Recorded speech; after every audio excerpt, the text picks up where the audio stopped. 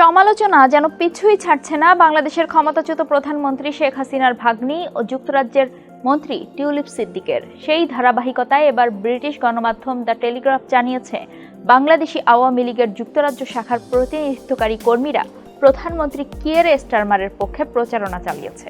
তারাই জিতিয়েছে টিউলিপকে। চলুন জেনে নেই কি বলছে দ্য টেলিগ্রাফ। সঙ্গে আছি আমি রুকাইয়া জাহির।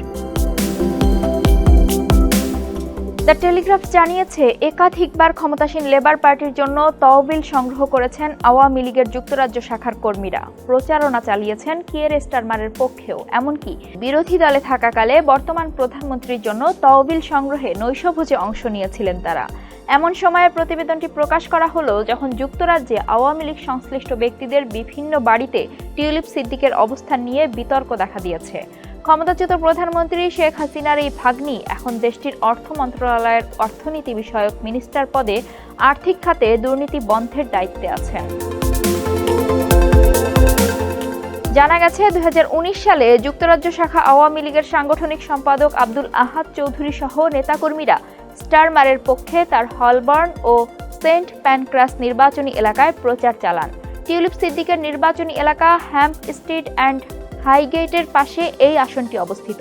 বিভিন্ন ছবিতে বাড়ি বাড়ি গিয়ে কিয়ার স্টারমারের ছবি সংবলিত প্রচারপত্র বিলি করতে দেখা গেছে আওয়ামী লীগ সংশ্লিষ্ট রাজনৈতিক নেতাকর্মীদের। তাদের স্টারমারের দলের সমর্থনে ছাপানো প্ল্যাকার্ড হাতেও দেখা গেছে। একই দিনে তারা প্রচার চালিয়েছেন টিউলিপ সিদ্দিকের পক্ষে। বেশ কয়েকটি অনুষ্ঠানেও আব্দুল আহাদ চৌধুরীর সঙ্গে কিয়ার স্টারমারের সাক্ষাৎ হয়েছে। 2016 সালে একটি রেস্তোরাঁয় আয়োজিত নৈশভোজের অনুষ্ঠানেও তাদের একসাথে দেখা যায়। এছাড়া গত বছরের জুলাইয়ে যুক্তরাজ্যের সাধারণ নির্বাচনের দিন সামাজিক যোগাযোগ মাধ্যমে স্টারমারের সঙ্গে করমর্দনরত একটি ছবি প্রকাশ করেন আব্দুল আহাদ। ছবির ক্যাপশনে তিনি লিখেছিলেন, ভবিষ্যৎ প্রধানমন্ত্রী মাননীয় কিয়ার স্টারমার। 2019 সালে যুক্তরাজ্যের সাধারণ নির্বাচনের দিন কিয়ার স্টারমারকে আওয়ামী লীগের আব্দুল শহীদ শেখ নামের এক ব্যক্তির সঙ্গেও দেখা যায়।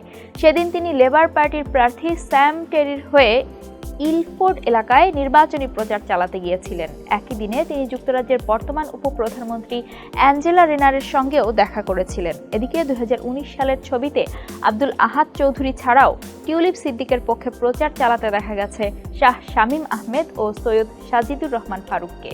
শাহ শামীম নিজেকে যুক্তরাজ্য শাখা আওয়ামী লীগের দপ্তর সম্পাদক এবং সাজিদুর রহমান নিজেকে সাধারণ সম্পাদক হিসেবে দাবি করেছেন।